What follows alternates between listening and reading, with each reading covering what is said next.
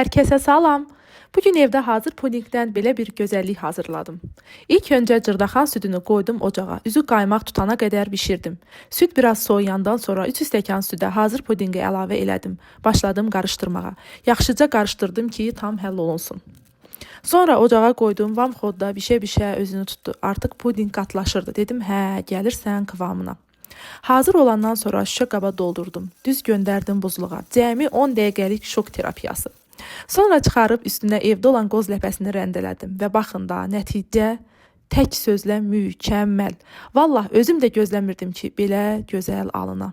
Qıraqdakı desertlər baxsın, nümunə götürsün. Ona görə də siz olun, bu resepti sınayın. Sınamasanız da rəy yazın, bəyənin. Çox əziz və hörmətli izləyicilərim, kanalıma abunə olun, videolarımı bəyənin və çoxlu rəy yazın ki, mən də sizdən güc alım, sevinim, şad olum.